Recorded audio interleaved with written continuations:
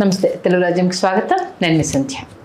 గురు ఆయుర్ care multi speciality hospital ద్వారా ఇప్పటికే ఆయుర్వేదానికి సంబంధించి అనేక విషయాలు తెలుసుకున్నాం.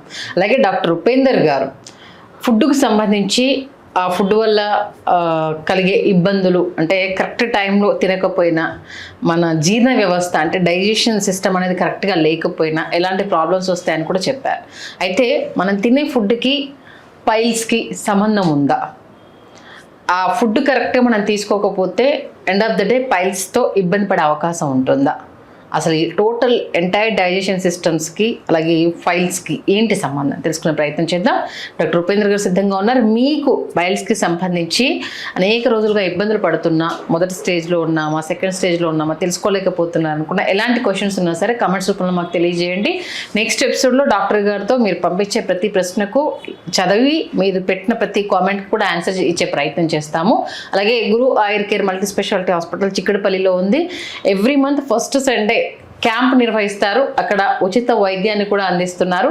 ఇంకే డీటెయిల్స్ తెలుసుకోవాలనుకున్నా సరే స్క్రీన్ మీద గురు ఆయుర్ కేర్ నంబర్ ఉంది, దాన్ని సంప్రదించి ఫుల్ డీటెయిల్స్ తెలుసుకోవచ్చు. ఉపేంద్ర గారు నమస్తే అండి. నమస్తే. ఆల్మోస్ట్ 12 సంవత్సరాల ఎక్స్పీరియన్స్ సార్ మీది.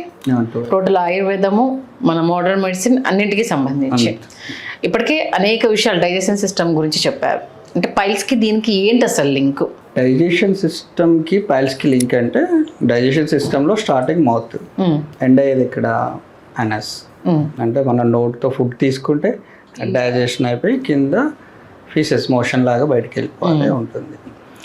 ఈ డైజెషన్ సిస్టంలో మనము చాలామంది ఏంటి అంటే, మేము మొన్నటిదాకా ఒక డైజెషన్ సిస్టమ్ అలవాటు ఉంది, ఒక ఫుడ్ టైప్ ఆఫ్ ఫుడ్ తీసుకున్నాము, సో ఇప్పుడు మార్చాలనుకుంటున్నాం. ఎందుకంటే హెవీగా ఫుడ్ తీసుకుంటే కంప్లైంట్స్ ఉంటాయి, లేకపోతే ఈ రకమైన ఫుడ్ తీసుకుంటే చాలా రకాల సమస్యలు వస్తున్నాయి, రైస్ తీసుకుంటే షుగర్ పెరుగుతుంది, ఇలా చాలా చెప్తున్నారు. యాక్చువల్లీ ప్రాబ్లం ఎక్కడ వస్తుంది అంటే, మీరు ఒక 15-20 ఇయర్స్ వరకు ఒక లైఫ్ స్టైల్లో ఒక రకమైన ఫుడ్ తీసుకుంటారు. ఓకే, ఫుడ్లో అలవాట్లలో ఉంటుంది. ఇప్పుడు తీసుకునేది 2 times 3 times స్పైసీ ఫుడ్ అయి ఉండొచ్చు, నాన్ వెజ్ అయి ఉండొచ్చు, రైస్ 2 times తినడం అనుకోవచ్చు, ఇలాంటివి చాలా రకాలుగా అలవాటు ఉంటుంది. ఒక 18 years వరకు మీరు సడన్గా ఫుడ్ మార్చినా, లేకపోతే ఈ 2 times 3 times తీసుకునే దాంట్లో చేంజెస్ చేసినా ఇమ్మీడియట్గా బాడీలో మెటబాలిజం చేంజ్ అవుతూ ఉంటుంది. నెక్స్ట్ ఏమవుతుంది, డైజెషన్ సిస్టంలో కొన్ని కంప్లైంట్స్ అంటే డెవలప్ అవుతూ ఉంటాయి. ఇది ఇలానే జరుగుతూ పోతే కాంప్లికేషన్స్ వస్తూ ఉంటాయి. అంటే కాంప్లికేషన్స్ అంటే ఏంటి? ఇప్పుడు ఫస్ట్ చెప్తాను, సింపుల్గా చెప్తాను. మీకు హైపర్ యాసిడిటీ ఉంటుంది. బిఫోర్ ద స్టేజ్ ఏంటి? ఇండైజెషన్. ఓకే, ఐబిఎస్ కంప్లైంట్ ఉంటుంది. బిఫోర్ ద స్టేజ్ ఏంటి? ఇండైజెషన్ అని అయి ఉండొచ్చు, హైపర్ యాసిడిటీ అని ఉండొచ్చు. ఈ రెండు స్కిప్ చేసుకుంటే ద థర్డ్ స్టేజ్ వచ్చేసి కాన్స్టిపేషన్. క్రానిక్ అవుతున్న కొద్దీ మీకు ఈ పైల్స్ కానీ, ఫిషర్ కానీ, ఫిస్టులాస్ కానీ డెవలప్ అవుతూ ఉంటాయి. కొన్ని కేసెస్లో రెక్టమ్ ప్రొలాప్స్ అంటే రెక్టమ్ కిందికి వేలాడడం అనేది జరుగుతూ ఉంటుంది. అంటే ఏంటి ఇక్కడ మీకు అర్థమైంది ఏంటి? ఫస్ట్ ఇండైజెషన్ స్టార్ట్ అయ్యి ఒకటి అలా పెరుగుతూ ఈ పైల్స్ వరకు వస్తూ ఉంటుంది. వీళ్ళు ఏం ఆలోచిస్తారు, పైల్స్ వచ్చాయి కాబట్టి ఇప్పుడు లూజ్గా మోషన్ రావడానికి ఒక రకమైన ఫుడ్ తింటే సరిపోతుందని ఆలోచనలు ఉంటారు. అది ఇప్పుడు మీరు పైల్స్ వచ్చాయని కానీ ఇప్పుడు స్టార్ట్ చేస్తే మీ డైజెషన్ సిస్టమ్ కూడా దాన్ని అలవాటు చేసుకోవాలి కదా. ఓకే, అలా ఉండదు. మీకు ఒక క్వాంటిటీ ఆఫ్ ఫుడ్లో మీరు కొంచెం తక్కువ తిన్నా కూడా, ఒక పూటలో మీరు తక్కువ తిన్నా కూడా ఇమీడియట్గా ఆకలేయడం అనేది జరుగుతుంది. అంటే మనకు 9 గంటలకు ఆకలి వేస్తుంది, కొంచెం ఎర్లీగానే ఆకలి వేస్తుంది. అంటే అర్థం ఏంటి? డైజెషన్ సిస్టమ్ అనేది కంప్లీట్గా దానికి అలవాటు పడిపోయి ఉంటుంది. మనం రెగ్యులర్గా తీసుకునే డైట్కి మీకు డైట్లో ప్లాన్ చేంజ్ చేయాలి అన్నప్పుడు మీరు ఏం చేయాలి? ఒకేసారి కాకుండా దానికి గ్రాడ్యువల్గా తగ్గించడం, అలవాటు చేయడము. ఒక ఫుడ్ని మార్చకుండా అది సబ్స్టిట్యూట్ అయ్యింది అంటే దానికి ఆల్టర్నేటివ్ ఏం తీసుకుంటే ఉంటుంది, మళ్ళీ సబ్స్టిట్యూట్ అంటే దాన్ని తిన్న తర్వాత మళ్ళీ ఎలాంటి తింటే ఏమవుతుంది అని ఇదంతా ఒక అనాలిసిస్ చేసుకొని దాని తర్వాత డైజెషన్ సిస్టంలోకి రావాలి. అలా వస్తే ఈ కాన్స్టిపేషన్, పైల్ సమస్యలు రావు. మామూలుగా స్పైసీ ఫుడ్ తిన్నా, కారాలు, ఉప్పులు, కంప్లీట్ డ్రై ఐటమ్స్ ఇవి ఎక్కువ తినడం వల్ల పైల్స్ రావడానికి, అంటే మోషన్ టైట్గా ఉండి పైల్స్ రావడానికి కారణం అంటారు. నిజమేనా అది? అది 100%. ఎందుకు అంటే మీకు ఇప్పుడు ఫస్ట్ పైల్స్ ఎలా వస్తాయి, మీరు ఫోర్స్గా మీరు ముక్కడం వల్ల పైల్స్ వస్తూ ఉంటాయి, లేకపోతే టైట్ స్టూల్స్ బయటికి పంపించేటప్పుడు ప్రెషర్ వల్ల వస్తుంది. సో ఇప్పుడు మనకు లోపల ఏంటి, స్టూల్స్ హార్డ్గా మారుతున్నాయి. ఆ హార్డ్గా మారే నేచర్ ఎక్కడ ఉంటుంది, అది డ్రై అయిపోవడం. అంటే లిక్విడ్ కాకుండా, పీచు పదార్థాలు కాకుండా డ్రైగా ఉండేవి డిలే డైజెషన్. అంటే తిన్న చాలా గంటల తర్వాత డైజెషన్ అయ్యే ఫుడ్, కార్బోనేటెడ్ వాటర్స్, ఇవన్నీ ఏం చేస్తాయంటే స్టూల్స్ని హార్డ్గా చేస్తుంటాయి. కొన్ని రకాల పిండి, అంటే ఉడకని పిండి పదార్థాలు, ఎక్కువగా పిండి పదార్థాలు తినే వాళ్ళకు కూడా ఈ ప్రాబ్లం ఉంటుంది. అంటే అది కూడా డైజెషన్ అవ్వదు. ఇలాంటి వాటి వల్ల ఏంటి అంటే స్టూల్ హార్డ్గా మారిపోయి వాళ్ళు మోషన్ వెళ్ళేటప్పుడు ఆ పైల్స్ డెవలప్ చేయడానికి ఎక్కువ అవకాశం ఉంటుంది. అంటే అదే ఫుడ్ ఇంట్లో అందరూ తింటారు కదా. సమస్య ఏంటంటే చాలా మంది కంపారిజన్ ఎలా ఉంటుంది, ఇప్పుడు ఒకే రకం ఫుడ్ ఇంట్లో 5 ఉంటే 5 అదే తిన్నప్పుడు ఒకరికి మాత్రం ఆ సమస్య వచ్చి నలుగురికి రాకపోతే ఏంటి అది అసలు?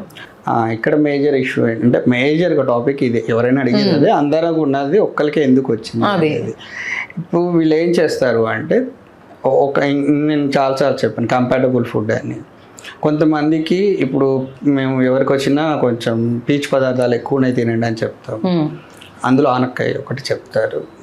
వీళ్ళు ఏం చేస్తారు, కొంతమంది సార్ నాకు ఆనక్కాయ అరగట్లేదు సార్ అంటారు. మరి అది పీచు పదార్థం అరగాలి, అందరికి పని చేయాలి, ఎందుకు అరగట్లేదు? కొంతమంది బీరకాయ తింటే అరగట్లేదు సార్ అంటారు. అంతేందుకు కొంతమందికి పాలు తాగిన అరగని వాళ్ళు కూడా ఉన్నారు. అవును, మరి దానికి ఏమంటారు? ఎవరి డైజెషన్ సిస్టమ్ ఇండివిజువల్. ఇప్పుడు మీకు ఒక ఫుడ్ తీసుకున్నప్పుడు అది డైజెషన్ అవ్వట్లేదు, కాంప్లికేషన్స్ ఉన్నాయి, అరగడానికి టైం పడుతుంది, డిలేగా డైజెషన్ అవుతుంది, లేకపోతే అది తిన్న తర్వాత బ్లోట్ అవుతుంది, సేమ్ ఫ్లేవర్ తేన్పులు వస్తున్నాయి మనకు. అలాంటి కండిషన్ ఉన్నప్పుడు అది మీకు ఇంకంపాటబుల్ ఫుడ్. అది దాంతో ఏం చేయాలని అవాయిడ్ చేసుకొని ఆల్టర్నేట్ చూసుకోవాలి, లేకపోతే క్వాంటిటీ తగ్గించుకోవాలి. మీరు ఒక వీక్లో కొంతమందికి ఒక హ్యాబిట్ ఉంటుంది, ఒకే వెజిటేబుల్ వారంలో 2-3 సార్లు రిపీట్ చేస్తూ ఉంటారు, రెగ్యులర్గా అదే తింటుంటారు, ఇష్టం ఉంది. అంటే అలాంటివి కూడా ఉంటే మార్చుకోవాలి. మార్చుకుంటే ఏమవుతుందంటే ఆ డైజెషన్లో ఈజీగా డైజెస్ట్ అవ్వడానికి అవకాశం ఉంటుంది. అది ఇప్పుడు పప్పు అనేది ఇంట్లో ప్రతి ఒక్కరింట్లో రెగ్యులర్గా ఉంటుంది, అంటే దాన్ని రోజు తినడం వల్ల కూడా ఇబ్బందా? అది ఖచ్చితంగా ఉంటుంది. ఇప్పుడు జనరల్గా ఏంటి అంటే మనకు పప్పు అనేది ఎక్కువగా యూజ్ చేస్తాం మన ఇండియన్ ఫైబర్, మన ప్రోటీన్స్ ఎక్కువ ఉంటాయని యూజ్ చేస్తారు. అయితే ఇక్కడ మేజర్ ప్రాబ్లం ఎక్కడ వస్తుంది అంటే ప్రిపరేషన్ ఆఫ్ కర్రీ. ఓకే, మీరు టైట్గా చేసుకున్నా, అంటే సరిగ్గా బాయిల్ అవ్వకపోయినా, మల్టిపుల్ టైమ్స్ తిన్నా, దాంతోపాటు ఏదైనా కాంబినేషన్ ఫుడ్ తీసుకున్నా అది ఖచ్చితంగా ఇండైజెషన్ అవుతుంది, అది బ్లోట్ అవుతుంది. దీంతో కూడా చాలామందికి ఇబ్బంది పడిపోయే వాళ్ళు ఉన్నారు. అది ఇండైజెషన్ లాగా ఉండి ఒకేసారి విరేచనం లాగా కూడా అవుతుంది ఫోర్స్. ఇది కంప్లైంటే. అంటే ప్రిపరేషన్ యాక్చువల్లీ ఏంటి అంటే మనకు క్లాసికల్గా రిఫరెన్స్ ఉన్న ఈ చాలా వంట శాస్త్రాలలో కూడా ఏంటి అంటే పప్పుని ఎక్కువ మోతాదులో కట్టు, అంటే దాని రేషియో బాయిల్ చేసిన తర్వాత పైన వచ్చే వాటర్ని ఎక్కువ యూజ్ చేసుకోవాలి. అందులో వచ్చిన పప్పుని కూడా చాలా తక్కువ క్వాంటిటీలో యూజ్ చేస్తారు. అలాంటి వాళ్ళ కంప్లైంట్స్ ఉండవు. మీరు ఎక్కువగా పప్పే తీసుకునే వాళ్ళు, గట్టిగా తినేవాళ్ళు, మల్టిపుల్ టైమ్స్ తినేవాళ్ళు, వాళ్ళ కంప్లైంట్ ఉంటుంది. ఓకే, దాంతో కొలెస్ట్రాల్ పెరిగే అవకాశం కూడా ఎక్కువ ఉంటుంది. ఓకే, ఎందుకు ప్రోటీన్సే కాదు మిగతా కంటెంట్స్ కూడా చాలా ఉంటాయి అందులో. సో దానివల్ల ఏంటి అంటే అది కూడా ఇండైజెషన్కి ఒక లీడ్ అనమాట. ఒక్కొక్క డాక్టర్ ఒక్కోలా చెప్తూ ఉంటే ఇది కన్ఫ్యూజన్ అవుతుంది డాక్టర్. ఎందుకంటే కొందరు పప్పు కంపల్సరీ ఉండాలి ప్రోటీన్ ఫుడ్ కాబట్టి, కొందరు రాత్రంతా నానబెట్టి ఉడకబెట్టి తినాలని కొందరు అంటారు. రాత్రంతా నానబెట్టిన తర్వాత ఇంకేం ఉంటే దాంట్లో అన్ని ప్రోటీన్స్ వెళ్ళిపోయిన తర్వాత నువ్వు ఉడకబెట్టిన తర్వాత ఒకటిగా నీళ్ళు తాగుతావా అనేసి అని అంటారు. ఇప్పుడు అంటే ఈ సోషల్ మీడియా వచ్చిన తర్వాత చాలామంది డాక్టర్స్ కూడా సలహాలు అవన్నీ చూసిన తర్వాత కన్ఫ్యూజన్, ఏది ఫాలో అవ్వాలి, ఏది ఫాలో అవ్వద్దు, మన పాతకాలం పద్ధతులు ఏంటి, ఇప్పుడు కొత్తవి ఏంటి అన్నది. అంటే టాపిక్ ఎలా అయిపోయింది అంటే ఒకరు చెప్పారు కాబట్టి నేను చెప్పకూడదు అంటారు. జనరల్గా ఏంటి అంటే పప్పుని మనం ఫస్ట్ రేషియోలో 1:1 రేషియో, అంటే ఏదైనా ఇప్పుడు మనం ఒక ప్రొసీజర్ వంట చెప్పామనుకోండి, ఇప్పుడు మజ్జిగ తీసుకోమని చెప్పాను పేషెంట్కి, దాంట్లో 4 వెరైటీస్ చేస్తాం. 1:1 రేషియోలో ఒకటి, 1:4 రేషియోలో ఒకటి, 1:18 రేషియో ఒకటి, 1:16 రేషియో ఒకటి. అంటే 1 కప్పు పెరుగు తీసుకుంటే 4 కప్పులు నీళ్ళు, అవును, 8 కప్పులు నీళ్ళు, 16 కప్పులు, అలా మారుస్తూ ఉంటాం రేషియో. సో అది రేషియో ఎందుకు మారుస్తాము అంటే వాళ్ళు ఆ కెపాసిటీ మాత్రమే వాళ్ళు తీసుకోగలుగుతారు, వాళ్ళ డైజెషన్ సిస్టమ్ అలా ఉంటుంది. ఇప్పుడు మీరు డైలీ పప్పు గట్టిగా తిన్నారనుకోండి ఖచ్చితంగా ఇండైజెషన్ వస్తుంది, డైజెషన్ అవ్వదు, సరిగ్గా బాయిల్ అవ్వకపోయినా డైజెషన్ అవ్వదు, బ్లోట్ అవుతుంది, వామిటింగ్ సెన్సేషన్.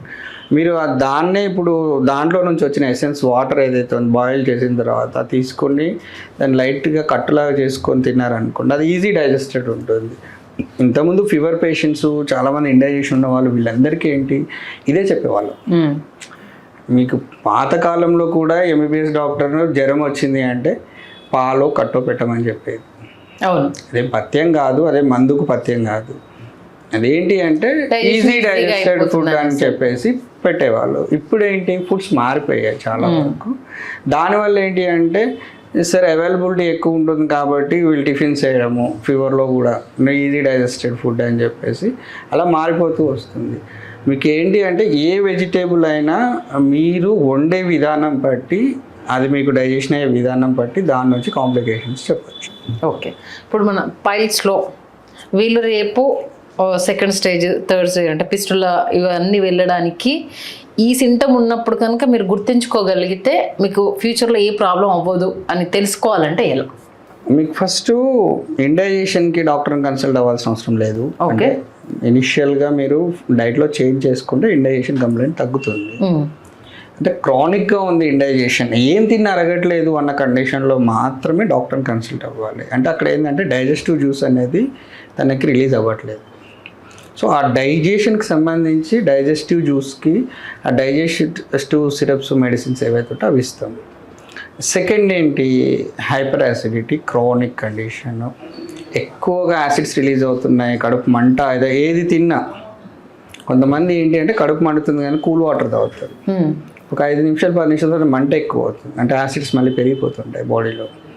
అలా కండిషన్లో ఉన్న వాళ్ళకి అలాంటి కండిషన్లో ఉన్నప్పుడు కూడా అప్రోచ్ అవ్వాలి. ఇంకొకటి ఫ్రీక్వెంట్గా ఏంటి అంటే కొంతమందిలో నేను ఈ మధ్య చాలామంది పేషెంట్లు చూశాను, వాళ్ళు 2 సార్లు మోషన్ వెళ్ళడం పెద్ద తప్పులాగా చెప్తున్నారు మాకు. Sir morning evening 2 times motion వెళ్తున్నాం సార్ అని, అదే తప్పులాగా చెప్తున్నారు. నీకు డైజెషన్ అయిన తర్వాత అది వేస్ట్ మెటీరియల్ బయటికి వెళ్ళిపోతుంది, దాంట్లో తప్పేముంది? అదొక ఆన్సర్, అదేదో తప్పులాగా చెప్పడం, దానివల్ల ఫుడ్ తక్కువ తీసుకుంటున్నాం సార్ అని చెప్పడం. అంటే కాన్స్టిపేషన్ ఏంటి అంటే ఎప్పుడన్నా హాట్గా డ్రై ఫుడ్ తిన్నప్పుడు, మసాలాలు తిన్నప్పుడు కొద్దిగా హార్డ్ అవుతుంది, అది ఒక మైల్డ్ కాన్స్టిపేషన్, దాన్ని పెద్దగా పట్టించుకోవాల్సిన అవసరం లేదు. బట్ వీక్లో 2 సార్లు 3 సార్లు కాన్స్టిపేషన్ అవుతుంది.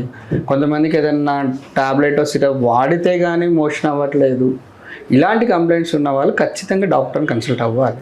ఓకే, అయితే అది ఎక్కడి నుంచి ప్రాబ్లం వస్తుంది, ఇప్పుడు డైట్లో వస్తుందా, డైజెషన్ సరిగా లేక వస్తుందా, ఇలాంటి కంప్లైంట్స్ అని చూసి దాన్ని బట్టి మనం ఏదైనా సజెషన్ చేయడానికి అవకాశం ఉంటుంది.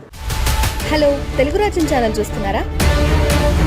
సామాజిక రాజకీయ జీవన చిత్రణే తెలుగు రాజ్యం. అతిశయోక్తులు అసత్యాలు ఉండవు. రాజకీయ కోణం కాదు, ప్రజా కోణమే కొలబద్ద.